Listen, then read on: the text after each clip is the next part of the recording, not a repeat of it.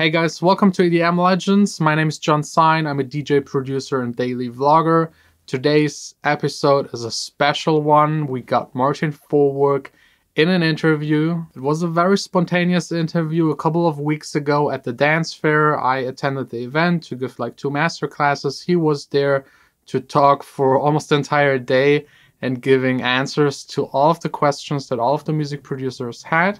We got a small time slot to interview him and talk all about ghost producing, how to become a ghost producer, how he actually got into it. So all of this is coming up right now.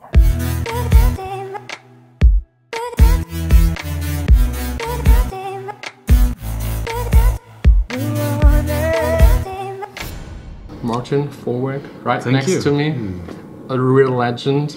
He is producing a lot of music, has produced a lot of music for really big guys and also for his own projects. And right now, I think you're mostly known for being a ghost producer. Yeah, correct. Is that something you can live with? Yeah, I can live with. I mean, technically, I'm not per se a ghost producer. I'm more of a co-producer. It's a fine line, probably. It's a fine line. I mean, my name is not on like with the artist, but yes, it's in the fine print. So, yeah. Okay, so you will be always mentioned. It's like not completely secret. Exactly. So I am credited in the songs. Okay. Yeah. So you can talk openly about who you're producing for, or there's some you could mention. I could, but I just don't. Actually. Okay, so if you want to know, you have to find it out yourself. Exactly. The information is available online if you look for it. So how does this usually work? Like an artist approaches you and says, hey, I can't produce, I want to DJ, or I don't have the time. Can you help me? Exactly. So it's either I have an idea, I'm not getting it at the level I want, or they just don't have the time for it. Yes. Or they cannot produce at all, but they just want to have tracks out. And how does it usually work? Like they just say, hey, can you make a song that is similar to this? Or do they sit with you in the studio? Most of the time it is, can you make a track that sounds like the big genre hit. Or yeah, exactly. Yeah. So copy the hit, kind of. Not so much copy the hit, it's more a genre specific thing, because I produce in a lot of different genres. So they say, I would like to have a tech house track, but it needs to have certain elements in it, or something like that. So you're doing all of the styles of electronic music? So where's like the most underground you would produce and the most pop kind of? I always like to give some sort of commerciality to a song. But lately I've been working on tech house as well. Yeah, I do underground stuff. I like to make techno as well. But yeah, I always like electronic. Strictly electronic, absolutely. Yeah. So ghost producing is controversial to some people, or to most people, because there are a lot of fans. They admire a person, start maybe producing, and then one day they find out he didn't do it. What's like your opinion? Is ghost producing something shady, bad? Is it necessary? Well, how should the fans feel with it? If we look at ghost producing, co-producing, I mean, this is happening since whenever the music industry started. There was always somebody who could do it better, or fill in for somebody, replace the vocals, or did the whole arrangement of a song back in the days. Nowadays, it's not different. What I do feel is that if a DJ is not really open about it, then it can probably backfire. Then it can backfire. But if a DJ says, "Hey, I'm working in the studio with this guy, I have a team," then nobody really cares actually. That's probably just at the end about the brand. Exactly. Because people will still go to the show if he produced it or not. Exactly. Yeah. Would you recommend like aspiring DJs that are not so into music production, or maybe can't get past a certain level, to get someone to help them? Or would you say just stick to it and try to make it yourself? Like, is there an advantage to getting someone? Of course there's an advantage of getting someone. I mean, you can aim for a higher level of tracks, of course. On the other hand, I think it's important for DJs to have at least some sort of interest in producing and knowing how to talk about it in the studio, instead of only saying, "Hey, I want a hit" or something. That's not like critic. So at least have like a basic knowledge. A basic knowledge, absolutely, yeah. Okay. That really helps. And I don't know if it's like a too, I don't want to like say personal, but a too in-depth question. Because a lot of people might want to become a ghost producer, because not everyone is made for the stage. If you could give some insights about how deals are actually made. Is it like getting a percentage of maybe the gigs that person actually does? Is it a flat fee for producing that single song? How is that being? You don't have specifically to talk about but in general. Okay. But I wanted to say, like, the sky is the limit. If you want to become a ghost producer, I would advise you to first try and build a name for yourself. So people already start to know you, then they will approach you. And yeah, I mean, it's good to have a percentage on a track. So if a track does well, you also get some money on the back end as well. Which I think is really important. If you work for a longer time with an artist, yeah, certainly, like maybe you could get like a cut from the bookings as well. Yeah, absolutely. And the percentage probably depends on the level of the artist, your level, how many songs. And exactly. It can be probably anything. It's not like a standard for if management. If it's your full-time job to produce for that one artist only, you want to make sure that you make enough money to get around. So. Okay, the next one is like, do you sometimes feel like strange about it? Like you make the song and someone else is like performing it and like being on stage and you're the guy kind of in the background. Does that sometimes hurt your feeling not getting the credit? It doesn't hurt my feelings, no. No? No. Not anymore, or was it always? It was always like that. Sometimes it's a little bit weird, of course. But for me personally, when I see a track of mine being played at a festival, that gives me the goosebumps. And I know it, and that's enough for me. So, okay. So you have to have a certain personality to deal with it. I think so, yeah. There are probably a lot of people watching that are producers and that are not interested in performing. They don't want to be on stage, they don't want to DJ, they don't want to travel.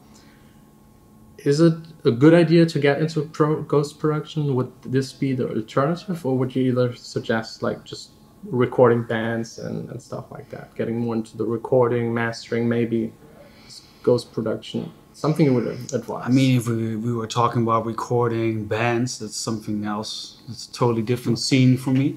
So if you are into electronic dance music and you only want to be a producer, it is possible to only put your own tracks out and see how that works for you. I mean, we see Calvin Harris do it, so, you know, why not you? And otherwise, if you put your own tracks out and people hear it and you are interested yourself in ghost producing, they will probably try to contact you and ask you if you can make some stuff for them as well. Okay, let's get a little more like to your background. Yeah. How did you get into ghost producing? Well, I used to work for a record company where I was a producer in-house. And I produced like under like 15 or 20 different aliases. Different styles also. Different styles as well, different aliases. Also I did a lot of filling for compilation CDs, a lot of vinyl and other stuff. So when I got approached by a manager if I could like produce a track for him, instead of for one of my aliases, it was like a no-brainer for me. It's like, oh sure, you know, why not? You have a face that promotes it. Exactly. Because if you have so many aliases, like try keeping like check on your socials for exactly that's not possible. And now for me it's really interesting because I can have my music can have a face in every scene, and that for me as a producer that's very important. It's probably also less stressful to know, okay, I'm producing, I can focus on that, and someone else is taking care of presenting it, promoting it. On that part, it's less stressful. On the other hand, you have very demanding clients, of course, so you need to deliver as well.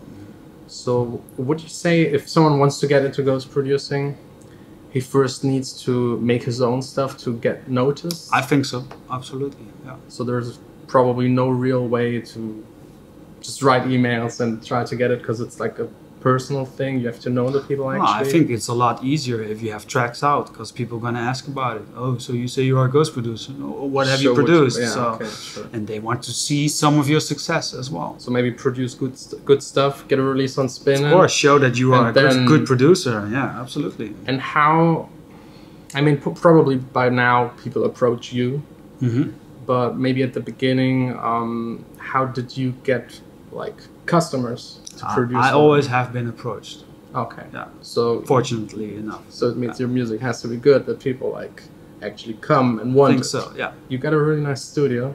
I do, yeah. Amazing. Yeah, it's a really special studio. It's designed by Misha Jacobi, and you can look him up. He's like... Is it the same that also did the Dennis? Dennis Koyu, yeah, exactly. We visited him in his studio, which like... Yeah, okay. So you heard the sound in there? I heard the sound. Exactly. And I know how it looks. But yours is a little bigger, I think? No, it's not so big. It's like because I only know it from pictures. 4 by 6 meters, something like that. But the acoustics in there is just perfect. And I always had this idea that I wanted to be somewhere else when I'm in the studio. So I was thinking about a spaceship. It really looks a little like Star Trek. Star Wars. Star Wars, sorry. No Star Trek. No, so I had the idea in mind of creating like stars, like a ceiling of stars. And I know Misha Jacobi is the only one crazy enough to be able to design something like that. So he worked a lot of hours on it, and he created something really, really magical. So. Where is it located? In my house, in a swimming pool. So it's like 1.5 meters underground and 1.5 meters above ground. And because it's not that high, I built like a beach on top of my studio to still be in Aruba a little bit. So because I recently moved back to the Netherlands. So to have like a little live, actually, like outside connection and exactly, yeah, something, yeah, exactly, something to chill. Just put your feet in the sand and lounge a little bit. Yeah. So maybe one day we will maybe get an invitation to your studio to film it. I think like a lot of people would be interested in that. Yeah, I can imagine. Let us know. Yeah. It's really amazing. Yeah, like, you're welcome. A studio tour. Yeah. So actually, thanks a lot for the interview, for doing this on short notice and very spontaneously. Yeah. And after talking for like how many hours? Today, well, at least 6 hours straight. Yeah, yeah. And listening to a lot of demos. Exactly. No, yeah, listening to a lot of questions. Absolutely. Yeah. Okay. So we will cut it with the questions for today and give this man a break. Yeah. Next time we do another interview in my studio, we'll show you guys let him get back to the studio, because you're also a producer nerd, studio nerd, so you're probably used to being alone and exactly. Like, so this is very weird to be in. Yeah. Same for me. Yeah. Okay. Thanks a lot. Yeah, no problem, man. Yeah, I will leave his socials down below. Are you proactively doing like your socials, or it's like a little bit? Okay, check him out. Check out his studio. It's good. And check out my book. Yeah, it's very interesting. Oh yeah, wait, I saw it. Someone had it. It's like a darker green kind of. No, it's a black book. Okay, because the guy that was in my studio had it in his bag. It said Vorwerk on the side. Yeah. Check out his book. Yeah, it's full of good tips. Check it out. What is it about? Like mixing? No, it's like 5 years ago, I was getting so many questions about production, about mixing. So I was like, okay, what I'm gonna do now is every week I'm gonna answer one of those questions. Yes. And for some reason that grew and grew, and 5 years long I posted like a weekly tip. So I bundled those all together, wrote something more, and bundled it into a book. So now every time someone asks a question, here's my book. Yeah, absolutely. That's how the answer is in there. The answer is in there. Yeah. So yeah, thanks a lot. That's it. See you later. So huge thanks to Martin for this nice interview. I hope you enjoyed it. I hope you learned something. I hope you got some insights.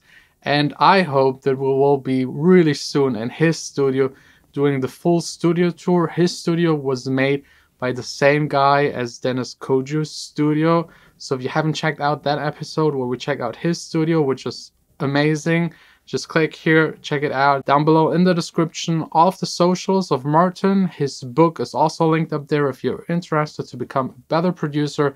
It's definitely something you should check out. I hope we will see us back again here on this channel for a new vlog or a new EDM Legends episode.